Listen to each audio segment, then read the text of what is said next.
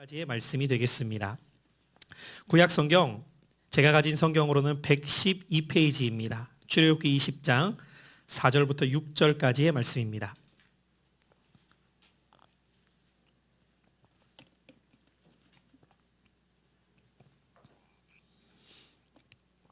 찾은 줄 알고 우리 세 절의 말씀인 만큼 한 목소리로 우리 함께 말씀을 합독합니다. 시작. 너를 위하여 새긴 우상을 만들지 말고 또 위로 하늘에 있는 것이나 아래로 땅에 있는 것이나 땅 아래 물속에 있는 것에 어떤 형상도 만들지 말며 그것들에게 절하지 말며 그것들을 섬기지 말라. 나 내 하나님 여호와는 질투하는 하나님인즉 나를 미워하는 자의 죄를 갚되 아버지로부터 아들에게로 3, 4대까지 이르게 하거니와 나를 사랑하고 내 계명을 지키는 자에게는 1000대까지 은혜를 베푸느니라. 아멘. 오늘도 주의 전에 나와 말씀을 듣는 여러분 모두에게 주의 말씀이 들리는 귀한 시간 되시기를 축복합니다. 저는 오늘 이 아침 여러분들과 함께 본문의 말씀을 중심으로 대대로 축복받는 가정을 세우라. 우리 한번 말씀의 제목 같이 따라해 보시죠.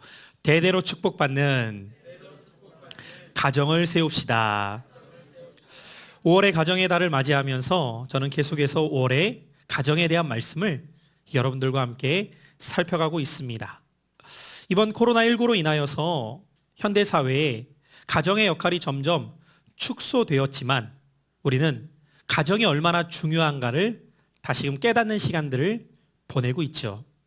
여러분들에게 있어서 가정은 어떤 의미이십니까?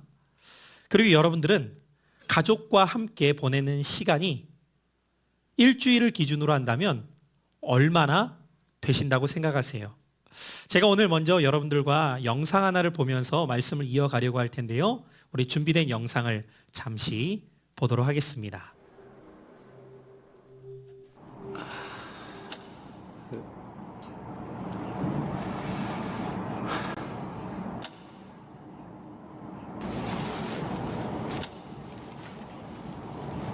아, 이거 아직 뭐 해야 될 게 많은데 이게 이제 다 물거품이 되는가.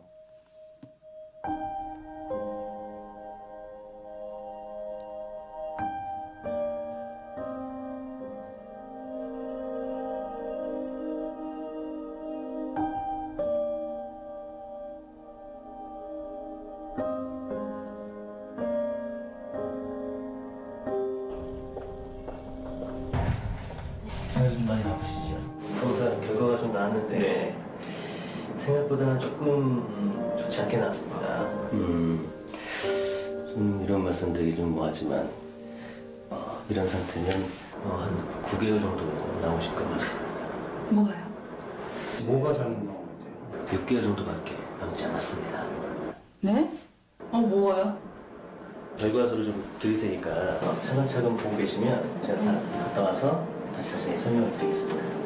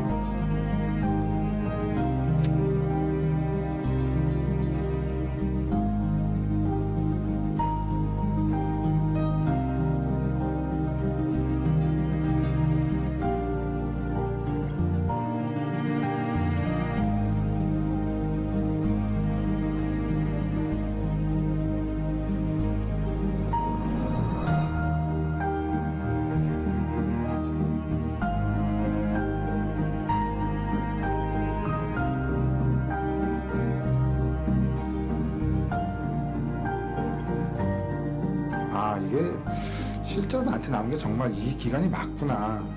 아버지가 돌아가셨을 때 이제 어머니한테 잘하자. 그때 당시에는 뭐 보약도 져가지고 어머니 드리고 그랬는데 시간이 지날수록 또 그게 무뎌지더라고요, 감각이. 출산하고 6개월 쉬고 이제 출근할 때는 서너 달 됐거든요. 계속 같이 하루 종일라도 같이 있고 싶고 많이 사랑한다고 하고 싶고. 서울 올라와서 공부한다고 몇 년 보내고 뭐 한다고 몇 년 보내고 이러다 보니까 지금 나이는 찼는데 뭐 효도라고 할 만한 거는 별로 한 게 없는. 이렇게 주위에 가족도 못 챙기면서까지 이렇게 살아왔나 하는 생각이.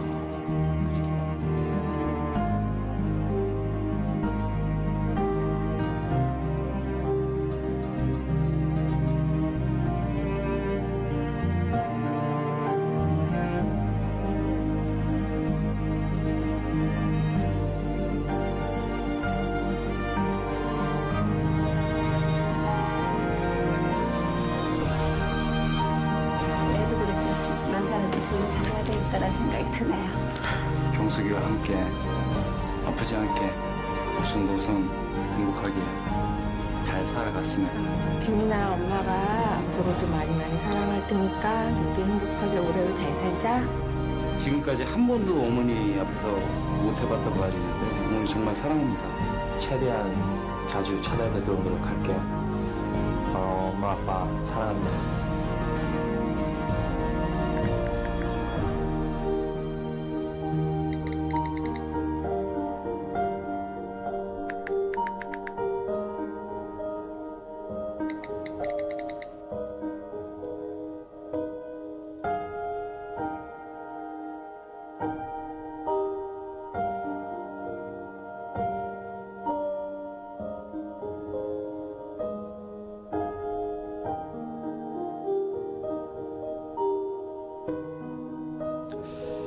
아마 여러분들 이 영상을 보면서 가족을 생각하는 분들이 많으실 것 같아요.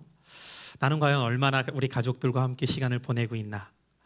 그리고 이렇게 가정의 달에 가정에 대한 이야기를 자꾸 듣다 보면은 아마 우리 가족도 행복한 가정이 되기를 바라고 행복한 가족으로 살아가기를 바라는 마음이 우리 모두에게 있을 겁니다.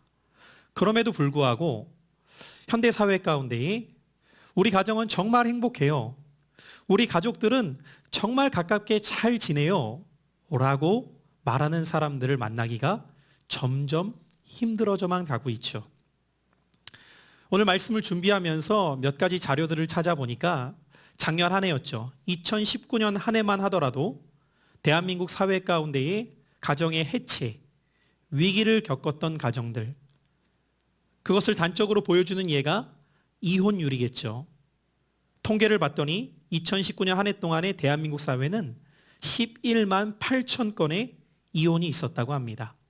이 수치는 그 전년도였던 2018년 기준으로 2,100건이 더 많아진 2%가 상승된 수치라고 합니다.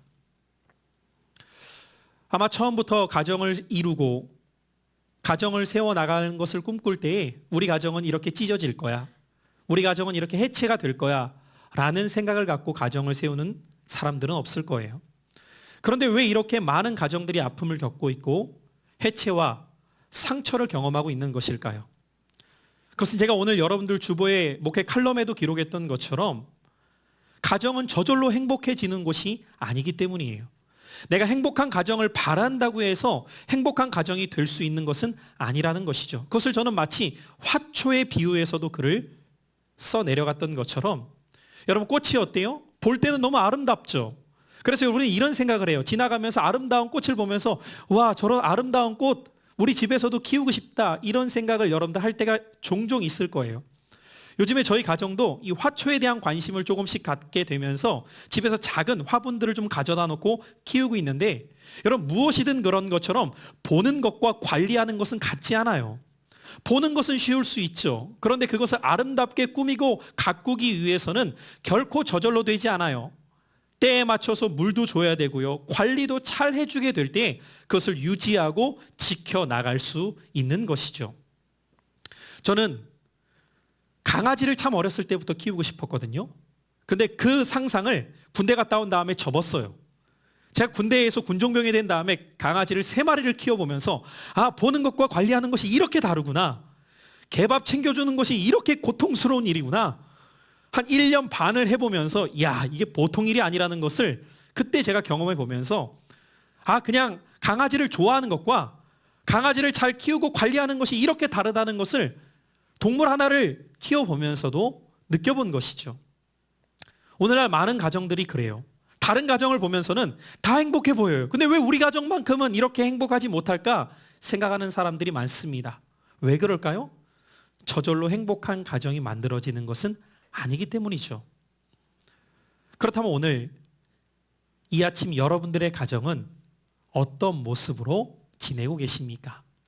하나님께서는 이 땅을 살아가는 우리들이 하나님이 세우신 가정을 통해서 우리가 행복을 누리며 하나님의 축복이 여러분들 가정에 함께하기를 원하십니다. 그리고 하나님은 여러분들의 각 가정마다 하나님의 복을 부어주시기를 바라시는 분이에요. 지금은 작고한 2012년에 돌아가셨는데 스티븐 코비라고 하는 박사님은 20세기를 대표하는 미래학자이셨어요.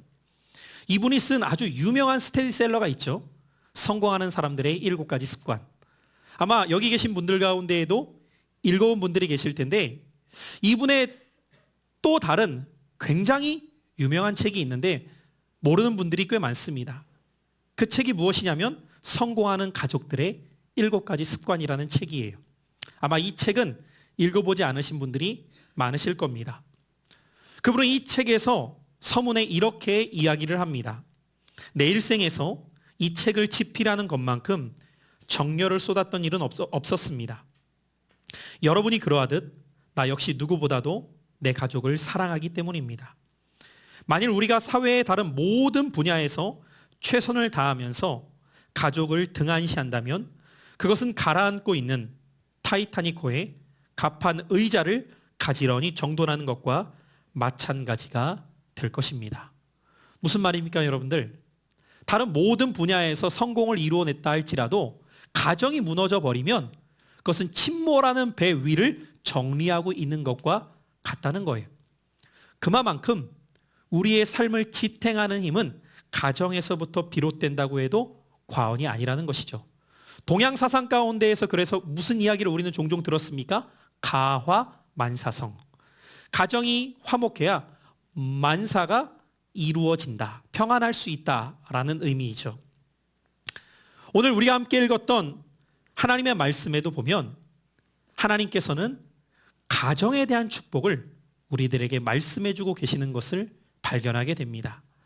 오늘 함께 읽은 이 출애굽기 20장의 말씀은 지난주에도 제가 신명기를 통해 10계명 말씀을 나누었지만 오늘 이 출애굽기 말씀은 첫 번째 주어진 10계명 가운데 특별히 제2계명에 해당되어지는 말씀이죠. 하나님께서는 이스라엘 백성들을 애굽에서 구원해내신 다음에 그들을 시내산으로 인도하세요. 그리고 시내산에서 모세를 통해서 이제 이스라엘 백성들이 하나님의 뜻대로 살아가는 원리를 가르쳐 주십니다. 그것을 우리는 율법이라고 해요. 그리고 그 율법을 압축해 놓은 것을 10가지 계명, 10계명이라고 말하는 것이죠. 여러분, 우리는 이런 생각을 해봐야 돼요. 하나님은 왜 율법을 주셨을까요? 그냥 우리에게 힘들게 그것을 지켜 나가도록 주신 것일까요? 그렇지 않아요, 여러분. 하나님이 율법을 주신 목적은 그 말씀대로 살아가는 자들에게 하나님의 복을 누리도록 하시기 위함이 율법을 주신 목적입니다.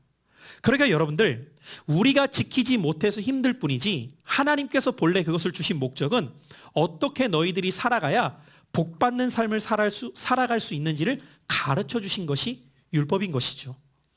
특별히 그 가운데에서 오늘 제2계명의 내용을 보면은요, 그 개인만이 아니라 대대로 그 가정이, 그 가문이 하나님의 복을 받아 누릴 수 있는 원리를 가르쳐 주고 계십니다. 우리가 함께 읽은 오늘 이 4절부터 6절까지의 말씀을 보면은 너희가 나를 사랑하고 내 계명을 지키면 내가 1000대까지 복을 줄 것이다. 몇 대요? 1대도 2대도 3대에서 끝나는 것도 아닌 무려 1000대까지. 그런데 여러분들, 지난 수요 숲예배를 저와 함께 계시록 숫자의 비밀을 좀 배우셨던 분들은 기억하실 거예요. 1000이라고 하는 숫자는 무한이라는 의미가 담겨 있다고 말씀을 드렸어요. 그러니까 여기서 말하는 1000대까지라고 하는 것은 그냥 숫자 1000을 의미하는 것이 아니라 내가 대대로 끊이지 않는 축복을 너와 너의 가정과 너의 가문 가운데에 부어 줄 것이다 라는 약속을 가르쳐주고 계시는 것이죠.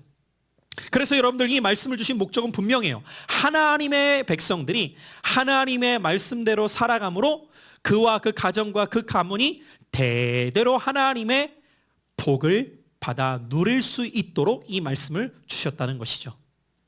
그런데 아마 어떤 분들은 이런 말씀을 들으면서 혹 이런 생각이 드실지도 몰라요. 나는 지금까지 주님을 믿게 된 다음부터 열심을 다해서 신앙생활하고 있는데 왜 우리 가정은 복과는 이렇게 거리가 멀지? 왜 우리 가정은 복을 누리기보다는 이렇게 힘든 일들을 많이 겪고 살아가게 되는 것이지? 라고 혹시 생각하는 분들이 계실지도 몰라요. 만약 혹시 그런 생각을 갖고 계신 분들이 있다면 오늘 저는 이 주일의 말씀을 준비하면서 이론적인 말씀이 아니라 조금 실천적이고 구체적인 여러분들에게 더 와닿을 수 있는 실증적인 예를 들고 싶은 많은 말씀의 자료들을 찾아가다 보면서 몇 가지 실예를 여러분들에게 들어드리는 것이 훨씬 도움이 되겠구나 싶은 생각 가운데 몇몇 사람들을 오늘 여러분들에게 좀 거론해드리고 싶어요. 첫 번째로 제가 여러분들에게 소개해드리고 싶은 분은 한국 기독교사 가운데에서 저 평양에서 신앙생활 하셨던 고 유계준 장로님이라는 분이 계세요. 아마 이분에 대해서 들어본 분들이 계실지 몰라요. 이 고 유계준 장로님에 대한 소개를 제가 여러분들에게 드리면서 이분에 대한 영상을 제가 또 한 가지 찾게 되었는데 한번 그 영상 2분이 조금 넘는 영상인데 이분의 가문이 어떻게 되었는지 같이 보도록 하죠. 유계준 장로에 대해서 말씀을 나누려고 합니다. 유계준 장로라는 분은 23세 때 평양 깡패로 마패 선교사를 때리려고 하다가 하나님의 은혜에 사로잡혀 깡패 그룹을 해산하고 예수를 믿게 됐습니다. 그는 후에 미지림 교회를 건축하였고 45세에 산정인교회 장로가 됐으며 주기철 목사님이 옥중에 계실 때 그 가족을 돌보아 드렸습니다. 유계준 장로는 해방 이후 공산 정권 안에 교회를 지키겠다고 남았다가 공산군이 산정인 교회를 가만히 공장으로 내놓으라고 하자 그럴 수 없다고 거부한 결과 1950년 6월 25일 전날 밤 공산군에게 대동강 언덕에서 순교를 당했습니다. 이 이야기는 당시 그 순교의 현장에 있었던 한 청년의 탈출로 인해서 알려지게 됐습니다. 성경대로 신앙을 지킨 대가가 이것인가 하는 생각이 들기도 하지만 하나님은 그의 자손들에게 놀라운 복을 주고 계심을 알 수 있습니다. 유계준 장로의 슬하에 6남 2녀가 있었는데 장남 유기원 장로는 생전에 국립의료원장을 역임했습니다. 2남 유기영 장로는 부산의대 교수를 지냈습니다. 3남 유기선 장로는 소아과 원장을 역임했습니다. 4남 유기천 장로는 서울대 총장을 역임했으며 사제 30억 원을 모교에 장학금으로 기부했습니다. 특히 미국 시카고에 거주하는 5남 유기진 장로는 월남하기 전까지 장기려 박사와 평양 기독병원에서 몇 안 되는 외과 의사였습니다. 그는 월남의 포로 수용소에서 군의관으로 일했으며 64년 미국으로 건너가 북미 기독교 의료 선교회를 창립했고 부인 고남경 권사와 시카고 장로교회를 섬겼습니다. 또 장녀 유기옥 권사는 서울 누가병원장을 역임했습니다. 차녀 유기숙 권사는 숭실대학교 총장을 역임했습니다. 그리고 미국 샌디에고에 거주하신 6남 유기묵 장로도 있습니다. 그중 6명은 의사가 되고 4남이 바로 서울대 학장을 역임하고 제9대 서울대 총장을 지낸 유기천 박사입니다. 자녀는 이한빈 국무총리의 부인이신 유기숙 박사입니다. 지금 유기준 장로의 후손이 2004년 10월 현재 106명이며 사회 각계에서 유명 인사로 활동하고 있습니다. 성경의 하나님을 믿고 섬기는 자들에게 천대까지 복을 주신다는 말씀이 사실로 증명된 셈입니다. 여러분 어떠세요? 한 가정이 그 자손들이 하나님 안에서 어떤 열매를 거두어 가는가를 말씀 그대로 이루어가는 가정들을 우리는 지금도 보게 됩니다. 어떤 분들은 짧게 내 대를 생각하며 왜 이렇게 신앙생활을 열심히 하는데도 우리 가정은 힘들까만 생각하는 분들이 있어요. 그러나 여러분들 기억하셨으면 좋겠습니다. 하나님의 약속은 신실하다는 사실을. 우리나라에서만이 아니라 여러분 미국이라는 나라를 가보면은 미국 최고의 명문 가문으로 꼽히는 가정이 있습니다. 그 가정은 조나단 에드워즈라고 하는 목사님의 가정이에요. 이 조나단 에드워즈라고 하는 목사님은 일찍이 목회자의 가정에서 태어나게 됩니다. 지금도 그렇지만 과거에도 그렇듯 이 목회자의 가정은 넉넉한 형편이 아니죠. 어려운 환경 속에서 자랐지만 이 부모님은 자녀들을 청교도 신앙 가운데 철저하게 믿음으로 자녀들을 가르쳐요. 그 당시만 하더라도 학교다운 학교도 제대로 보내지 못한 채 오늘날로 말하면 홈스쿨링이죠. 가정에서 아이들을 신앙으로 양육하고 가르치면서 믿음 제일주의로 자녀들을 가르치게 되었을 때에 이 조나단 에드워즈 목사님도 성장하여서 목회자의 길을 걷게 됩니다. 사람은 참 신기하죠. 내가 배운 대로, 내가 경험한 대로 내가 가정을 이루게 되면 그 모습이 나타나게 되어 있어요. 그러다 보니 이 조나단 에드워즈 목사님도 훗날 결혼을 하고 가정을 이루어서 자녀들을 낳게 되었을 때 그 자녀들을 철저하게 어려서부터 성경 중심의 신앙 삶으로 하나님 말씀대로 살아가는 삶의 가치로 양육하고 가르치게 됩니다. 이 조나단 에드워즈 목사님의 영향력이 얼마나 커지게 되었던지 이분을 통하여서 이 불붙는 논리의 설교를 통하여서 수많은 방황하고 방탕했던 영혼들이 주께로 돌아올 뿐만 아니라 이분을 통해서 영적 대각성 운동이 일어날 만큼 이분의 영적 파급 효과는 미국 사회를 뒤집어 엎을 만큼 놀라웠습니다. 한참의 시간이 흐른 다음에 이분에 대한 삶을 미국 뉴욕시 교육위원회에서는 조사해 보기를 원했어요. 한 사람의 영적, 지적 영향력이 그 자녀들과 후손들에게 어떻게 끼쳐지게 되는가를 조사하기 위한 것이었습니다. 그리고 이분의 후손들을 5대에 걸쳐서 조사해 본 결과 896명의 후손들을 찾게 됩니다. 이 896명의 후손들이 어떤 삶을 살아가고 있는가, 미국 사회에서 어떤 영향을 끼치고 있는가를 조사해 봤더니 그 조사 결과가 어떻게 나오게 되었느냐.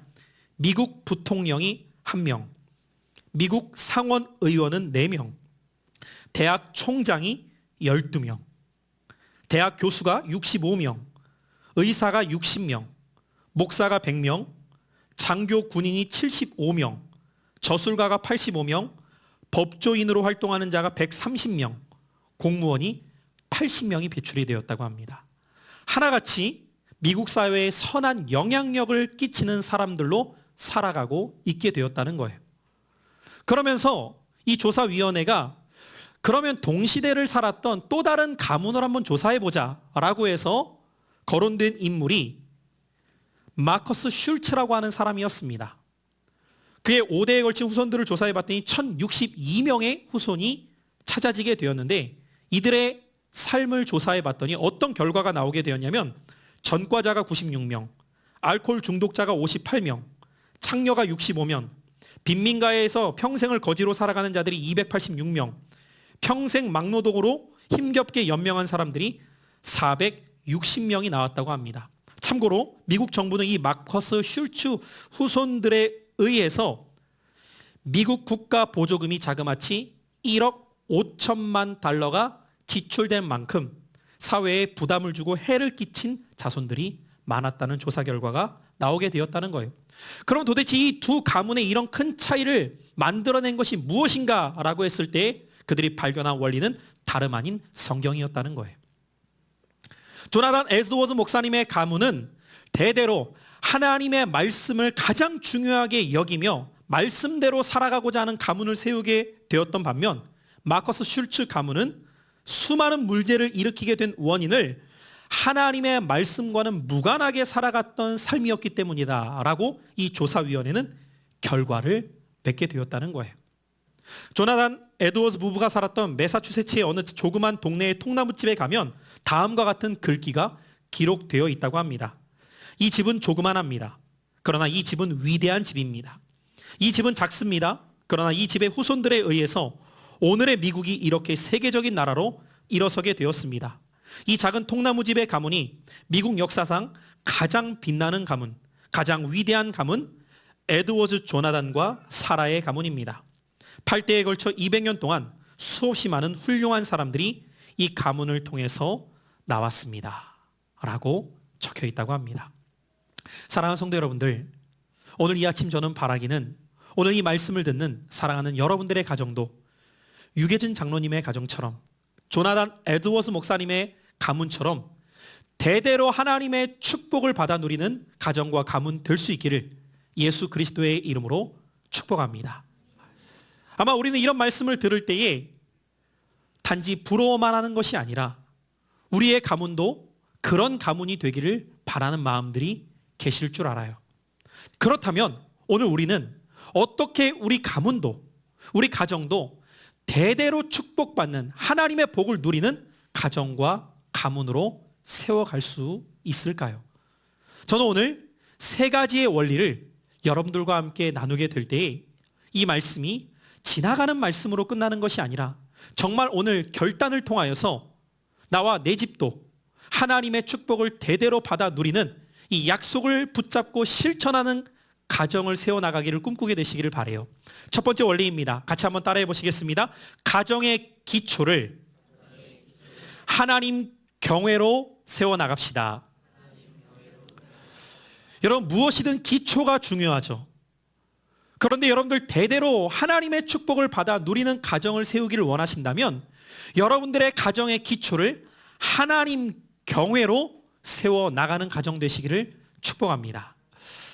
2주 전 토요일 저희 가정에서 가정 예배를 드리는데 저희는 토요일마다 지금 가정 예배를 드릴 때 그날에 해당되어지는 잠언서의 말씀을 읽으며 한 구절씩 암송을 해요. 그런데 지지난주가 9일이었거든요.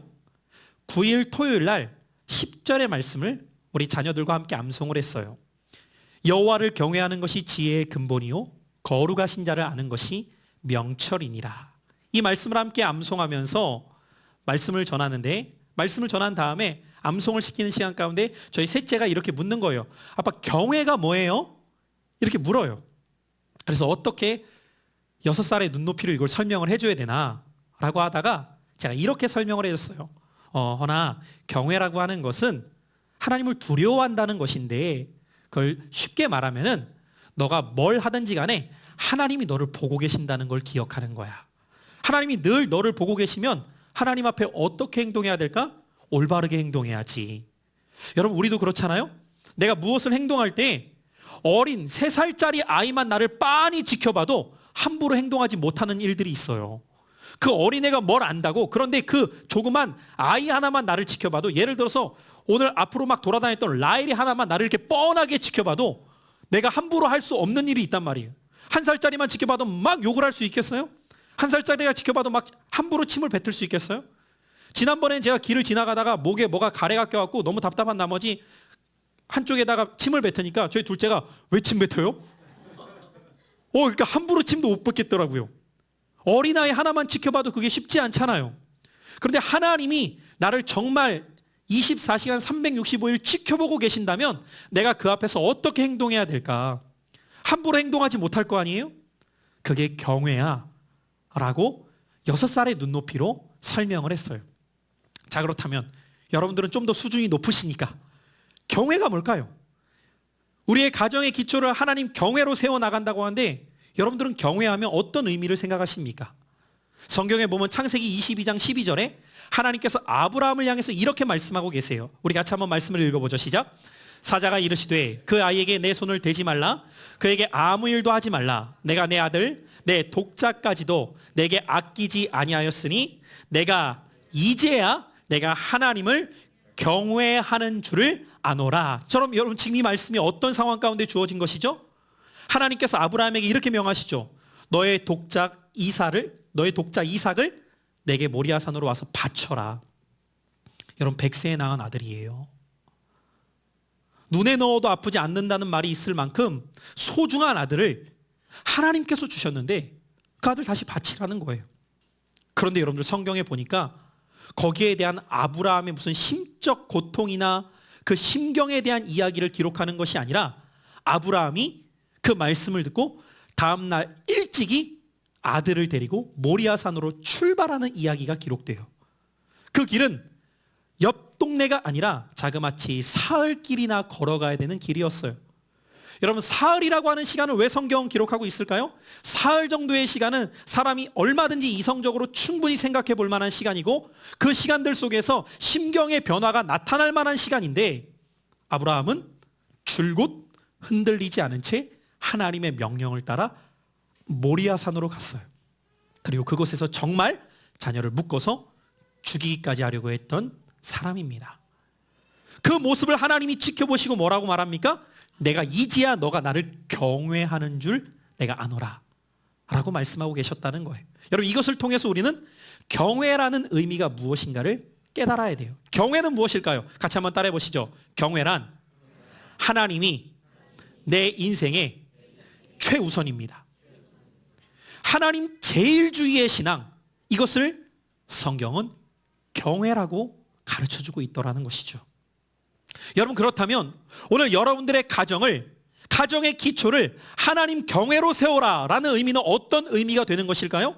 여러분들의 가정 가운데 여러분들의 가정의 한 사람 한 사람이 어떤 신앙으로 가정을 세워나가게 되어야 하느냐? 우리의 가정과 나의 인생 가운데 제일은 하나님이십니다.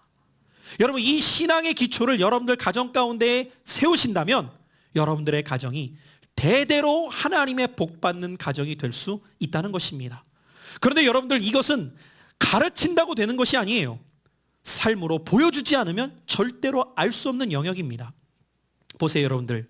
이삭은 이때 모리아산으로 끌려갈 때 히브리어를 보면 청소년에 해당되어지는 단어를 쓰고 있는 걸 볼 때 적어도 15살 전후였다는 것을 우리가 상상해 볼 수 있어요. 그럼 여러분들, 110세가 넘은 노인이에요. 그런데 그 노인이 나를 묶는다. 내가 저항하면 얼마든지 벗어날 수 있는 거예요.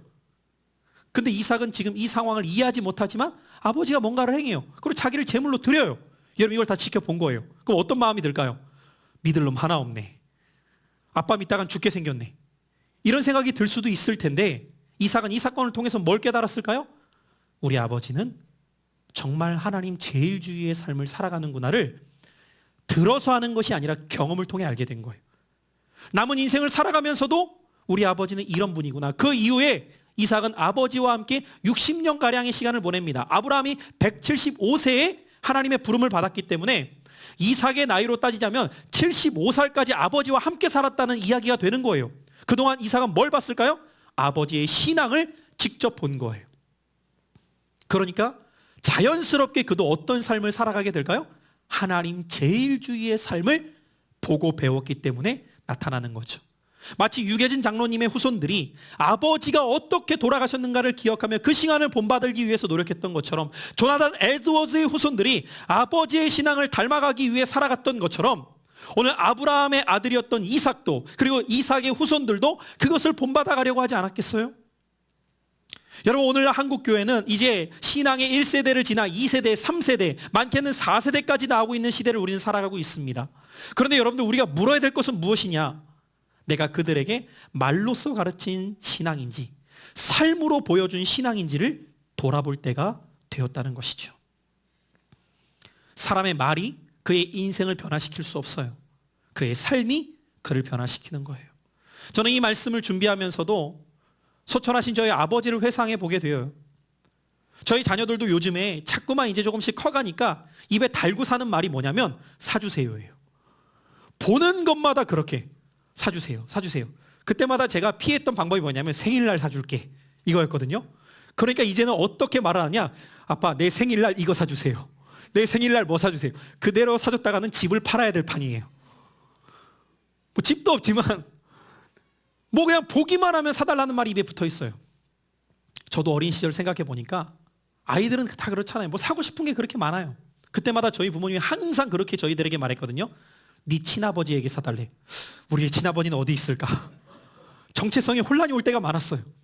그러면서 항상 하셨던 말씀, 너의 친아버지는 하나님 아버지야. 하나님 아버지께 구해.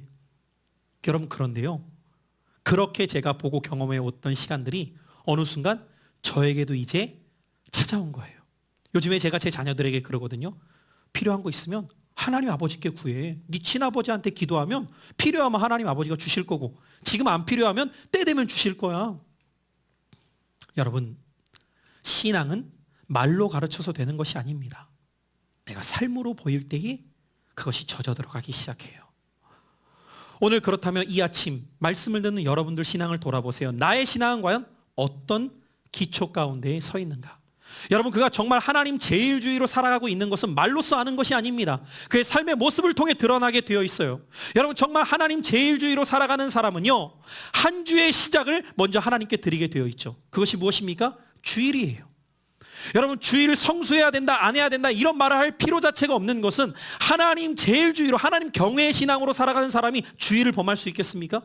불가능한 것이죠. 여러분, 하나님 제일주의로 살아가는 삶은 그의 물질의 최우선의 것을 하나님께 먼저 드리게 되어 있습니다. 그것이 무엇입니까? 그것이 첫 열매요, 그것이 11조예요. 감사한 것은 우리 성도님들 가운데에도 곧 종종 일을 하거나 새롭게 일을 시작하게 되면서 첫 열매를 하나님 앞에 몽땅 올려드리는 성도들을 볼 때가 있어요. 그 모습을 볼 때 드렸기 때문에 귀한 것이 아니라 드릴 수 있었다는 것은 그의 마음 가운데 하나님이 우선이라는 중심이 있기 때문에 그걸 드릴 수 있다는 사실에 참 감사해요. 11조는 어떻습니까, 여러분들? 여러분, 우리가 11조를 드리면서도 그런 생각할 때 있잖아요. 드리는 것은 11조인데 느낌은 11구조예요. 여러분, 그렇지 않으세요? 11조를 드리면서 느낌은 이거 없으면 못 살 것 같은 10의 구조를 10의 10처럼 여길 때가 있단 말이죠. 누가 그것을 드릴 수 있어요? 있는 자가 드리는 게 아니에요. 하나님 경외하는 제일주의 신앙이 있으면 드리게 되어 있단 말이죠. 어렸을 때부터 우리 가정에서 자녀들이 그걸 봅니다. 우리 부모님은 철저하게 한 주의 시작인 주일을 하나님께 드리는구나. 철저하게 물질의 10분의 1을 먼저 하나님께 드리는구나. 첫 열매는 하나님께 올려 드리는구나. 그걸 보고 자라는 자녀들은 그런 신앙을 본받게 되어 있는 거죠. 가정은 어떻습니까, 여러분들? 하나님 제일주의로 살아가는 가정이 하나님 앞에 가정에서부터 예배의 제단을 무너뜨릴 수가 없어요. 저도 저의 신앙의 기초를 보면 가정 예배를 통하였음을 부인할 수 없어요. 아무리 바쁘고 힘들어도 토요일 가정 예배를 통하여서 가정에서의 하나님 경외의 신앙을 세워갔던 그 모습이 저의 경험에 있기에 저도 토요 가정 예배를 지켜나가는 거예요. 사랑하는 성도 여러분들, 여러분들의 가정의 기초가 하나님 경외로 세워지는 가정 될 수 있기를 축복해요. 그러려면 지금부터 여러분들이 세워나가셔야 돼요. 어느 날 갑자기 하나님의 축복이 임하는 것이 아니에요, 여러분들. 뿌린 대로, 심은 대로 거두게 되는 거죠. 기초가 하나님 경외였다면 여러분, 집을 세울 때 기초만 있어서 안 되죠. 기둥도 있어야 되죠. 두 번째 원리입니다. 따라해 보실까요? 가정의 기둥을 무릎으로 올리십시오. 여러분, 기초를 경외로 세우신다면 기둥은 기도로 올리셔야 돼요. 여러분 가정에 하나님의 축복을 대대로 받아 누리기를 원하신다면 여러분들의 가정을 기도로 올리십시오. 교회사 역사 가운데에서 사도 바울 이후로 가장 큰 영향력을 끼쳤다라고 평가받는 성 어거스틴이라고 하는 분이 계십니다. 이분은 젊은 시절 그야말로 허랑방탕한 삶을 살아갔습니다. 20대 때까지만 하더라도 술 주정뱅이에 창기촌을 오가면서 온갖 죄악을 범했던 삶이었어요. 그의 어머니는 그런 아들을 바라보면서 매일같이 눈물로 기도합니다. 그런데 여러분들, 우리가 언제 힘들죠? 기도하면 분명히 하나님이 역사하신다고 하는데 아무리 기도해도 바뀌지 않는 현실을 볼 때 괴로운 거죠. 그의 어머니의 이름이 모니카인데, 모니카가 그 아들을 위해서 날마다 기도하는데도 아들의 모습이 변할 것처럼 보이지 않으니까 너무 괴로워서 한 번은 예배당에 가서 흐느껴 울면서 기도하고 있어요. 그 당시에 감독이었던 암브로시우스라고 하는 사람이 예배당에서 한 여인이 흐느껴 울고 있으니까 그에게 찾아가면서 묻게 됩니다. 여인이요, 무엇 때문에 그렇게 흐느껴 울고 있습니까? 그러자 모니카가 이렇게 얘기를 해요. 제 아들이 날마다 술에 취해 살며 온갖 죄악을 범하고 살고 있습니다. 제가 눈물로 이렇게 기도하고 있지만 아들이 변할 것처럼 보이지가 않아 너무 괴로워서 이렇게 기도하고 있습니다. 라고 이야기를 했더니 이 암브로시우스가 그 유명한 말을 이 어머니에게 이렇게 해주게 됩니다. 같이 한번 따라해 보실까요? 기도하는 어머니의 자식은 결코 망하지 않습니다. 이것이 암브로시우스가 모니카에게 해주었던 그 유명한 말이에요. 그리고 때가 되었을 때 성 어거스틴의 나이 30살이 되던 그때 하나님께서는 놀라운 방법으로 그에게 찾아오십니다. 그리고 그는 주님을 만나는 이 체험 속에 완전히 그의 삶이 변화되었고 그가 쓴 고백록은 교회사 역사 가운데 수많은 영혼들의 심령을 변화시키는 책이 되었어요. 그리고 그는 그의 인생 전체를 하나님께 올려드림으로 예수 그리스도의 복음을 전하며 그의 일생을 바치는 위대한 사람이 되었습니다. 사랑하는 성도 여러분들, 가정의 달 5월에 가정의 이야기를 들을 때마다 아픔이 있는 분들이 있어요. 힘든 분들이 있습니다. 그리고 다른 가정은 다 행복해 보이지만 우리 가정은 너무 상처와 아픔이 많은 것만 떠올려지는 분들이 계실지도 몰라요. 가정을 생각하면 좋은 일보다는 답답하고 상처를 받았던 생각들이 더 많은 분들이 있을 거예요. 아마 어떤 분들은 이런 생각을 할 수도 있겠죠. 왜 이런 남편 만나서? 왜 이런 아내 만나서? 심지어 왜 이런 자식 새끼가 우리 집에 태어나서? 이런 생각하는 분들이 있더라고요. 그런데 제가 많은 가정을 만나서 상담하고 대화를 해보면 내린 한 가지 결론이 있어요. 그 결론이 무엇이냐? 따라해 보실까요? 보이는 것이 다가 아니구나. 이게 제가 내린 결론이에요. 여러분, 제3자의 입장으로 보기 때문에 좋아만 보여요. 그런데 가까이 가보면요, 어려움이 없는 가정은 한 가정도 없더라는 것이죠. 겉으로 볼 때에는 문제없어 보여요. 근데 한두 걸음만 가까이 다가가서 보면은 문제없는 가정이 없다는 거예요. 그렇다면 여러분들, 결국 모든 가정은 어려움이 있다라고 하는 이 전제 속에서 생각해 볼 때 보이지 않는 많은 일들이 가정에서 일어나는데 다만 그 일들 속에서 두 가지 결과가 다를 뿐이라는 거예요. 문제와 흔들림 통해 무너지는 가정이 있는가 하면 문제와 흔들림 속에서도 그 자리를 다시 잡고 견고하게 서는 가정이 있구나. 이 차이가 있을 뿐이에요. 그런데 이 차이는 어디에서 나타나게 되느냐? 따라해 보시죠. 기도입니다. 다른 것에서의 차이가 아니더라는 거예요. 어느 가정은 문제가 있고 어느 가정은 문제가 없는 것이 아니라 가까이 다가가 보면 다 문제가 있는데 그 문제 속에서 어떤 차이가 있느냐를 보면 기도가 있는 가정은 문제 속에서 흔들리는 가운데 다시 자리를 잡고 세워지는데 기도가 없는 가정은 결국 무너지더라는 것입니다. 따라합시다. 기도하는 아빠가 있는 가정 무너지지 않습니다. 다시 한번 따라하시죠. 기도하는 엄마가 있는 가정 무너지지 않습니다. 마지막으로 따라해 보실까요? 기도하는 자녀가 있는 가정 무너지지 않습니다. 여러분, 저는 여러분들의 가정이 기도하는 가정이 될 수 있기를 축복합니다. 그것이 가정을 기둥으로 올리는 방법이라는 거예요. 우리 가정의 견고한 기둥이 무엇을 통해 올려질 수 있느냐? 기도라는 거예요. 여러분들의 가정에 지금 위기가 있다면 기도하십시오. 여러분들의 가정에 지금 위기가 없다 할지라도 기도하십시오. 왜냐? 그것이 가정을 올리는 기둥이 될 수 있기 때문이에요. 무엇보다도 하나님은 기도하는 자에게 먼저 복을 주세요. 그 복은 어떤 복일까요? 내 마음과 생각을 지켜주세요. 여러분 한번 생각해 보세요. 어떤 분들은 이렇게 말해요. 우리 가정 맨날 흔들려. 근데 여러분들 그렇게 말하는 이유를 들어보면 가정이 맨날 흔들리는 게 아니라 본인이 맨날 흔들리고 있는 거예요. 우리 가정 완전히 다 무너졌어. 그런데 여러분들 가만히 생각해 보면 가정이 완전히 무너진 게 아니라 그 사람의 마음이 완전히 무너져 버린 거예요. 여러분, 내가 어떤 선글라스를 쓰고 세상을 바라보느냐에 따라 색깔이 달라지는 것처럼요, 내가 흔들면서 보잖아요. 여러분 왜 자꾸 흔들고 계세요? 이렇게 되는 거예요. 내가 중심을 잡으면 흔들렸던 것도 바로 잡을 수 있어요. 근데 내가 흔들려 버리면 다 흔들려 버리는 거예요. 그래서 사탄은 누구를 공격하느냐?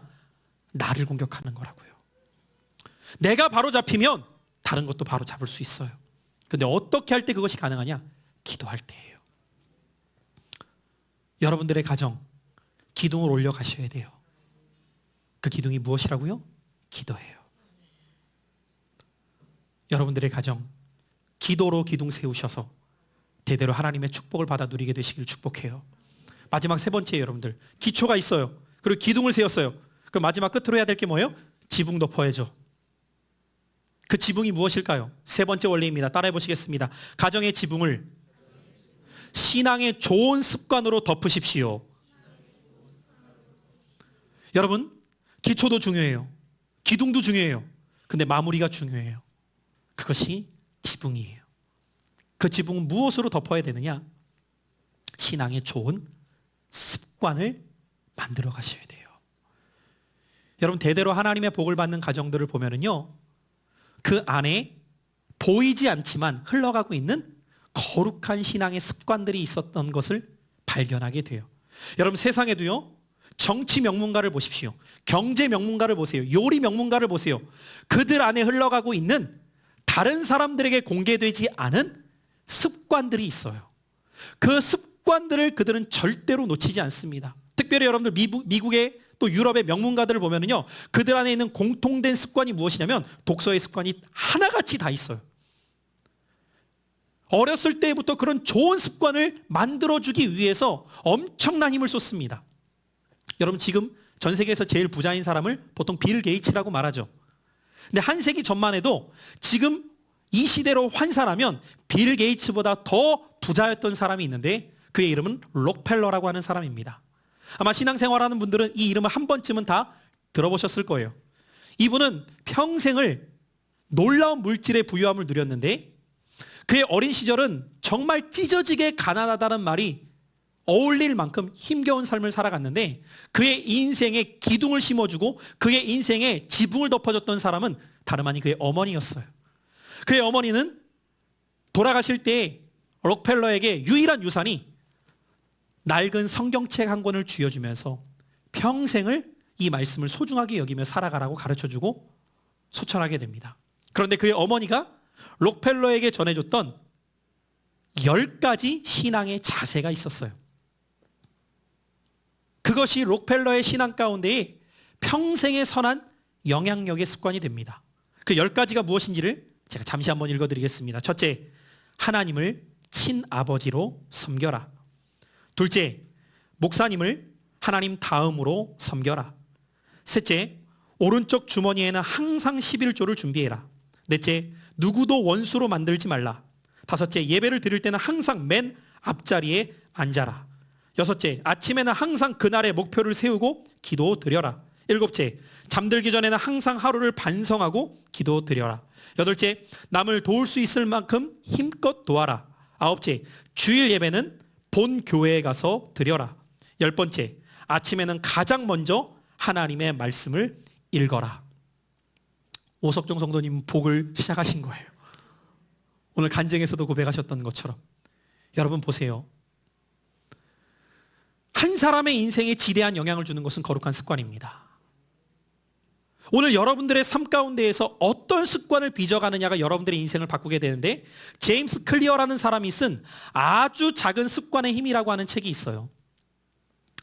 이 책을 보면은요, 그는 이 책에서 습관이 가져오는 변화에 대해서 어떻게 비유를 통해 설명하고 있냐면 비행기의 경로를 비유로 설명하고 있어요. 비행기가 여러분들 하늘을 날아서 목적지에 도착하는 동안 경로가 중요하죠. 그것을 우리는 항로라고 해요. 눈에는 보이지 않지만 이 항로가 5도만 틀어져도 수천 킬로를 날아가게 되면 전혀 다른 지역에 도착하게 됩니다. 처음에는 그 5도가 눈에 보이지도 않아요. 무슨 차이인지 느끼지도 못해요. 그러나 시간이 지나갈수록 그 결과는 상상을 초월하게 됩니다. 마찬가지예요, 여러분들. 똑같이 신앙생활을 하는 것처럼 보여요. 같은 교회를 다니고 같은 말씀을 듣는 것 같아요. 그런데 1년이 지나고 3년이 지나고 5년이 지나고 10년이 지났을 때 나타나는 결과가 어마어마하게 달라지는 이유는 어디에 있을까요? 한 사람은 말씀을 들으면서 그렇지, 오늘 저 말씀이 내게 주시는 하나님의 말씀이기 때문에 오늘부터 저 말씀 속에 나는 이런 거룩한 믿음의 습관을 작게나마 실천해야지. 오늘 우리 오성도님의 간증을 들으면서 참 감사했어요. 여러분 보세요. 어떤 이들은 평생 동안 신앙생활하면서도 말씀을 내가 매일매일 조금씩이라도 읽어야지 마음만 갖고 있지 실천하지 못하는 사람이 부지기수예요. 근데 어떤 분들은 그 말씀을 내가 딱 마음 가운데 결단하게 되면 그것이 에브리데이 지켜지지 못한다 할지라도 행하기 위해서 실천 속에 작게나마 시작하게 될 때 나중에는 그것이 거룩한 습관이 되어서 나의 인생을 송두리째 다른 결과로 만들어내는 사람들이 있어요. 따라합시다. 작은 습관이 무섭습니다. 여러분, 원대한 계획을 처음부터 가지려고 하지 말고 작은 습관부터 시작해 보라고요. 내가 전혀 안 된다면 하루에 단 한 장이라도, 그것이 안 된다면 몇 절이라도 말씀을 읽어봐야지. 내가 정 안 된다면 무릎 꿇고 단 1분이라도 기도를 시작해 봐야지. 이런 거룩한 작은 습관 하나하나가 나에게 심겨지게 될 때 하나님의 놀라운 축복이 상상을 초월할 만큼 여러분들의 가정과 가문에 부어지기 시작한다는 거예요. 우리는 몰라서가 아닙니다. 알지만 움직이고 있지 못하고 있는 것이죠. 오늘 저는 말씀을 정리하면서 그렇다면 이 모든 일들, 우리가 오늘 말씀 가운데 들었던 가정의 기초로 하나님을 경외하는 것으로, 가정의 기둥을 기도하는 것으로, 가정의 지붕을 거룩한 습관을 만들어가는 것으로 세워가야 된다고 하는데 이것을 누가 행할 수 있을까요? 오늘 본문은 그것을 행할 수 있는 자의 비결을 6절을 통해 한 단어로 정리합니다. 따라해 보시죠. 하나님 사랑. 여러분, 사랑하면 힘들지 않아요. 사랑하지 않으면 모든 것이 의무가 되기 때문에 힘든 거예요. 여러분, 입술로만 하나님 사랑한다는 것은 진짜 사랑이 아니에요. 여러분, 정말 하나님을 사랑하게 된다면 그분 안에서 그분을 경외하게 돼요. 기도하게 돼요. 거룩한 습관을 세워가게 돼요. 오늘 그렇다면 여러분들 이 아침 먼저 여러분들이 구해야 될 것은 무엇일까요? 하나님 사랑을 구하셔야 돼요. 절대로 억지로 안 돼요. 저도 신앙생활 해보지만 억지로 안 돼요, 여러분들. 무엇이 가능케 하느냐? 사랑이 모든 것을 가능케 해요.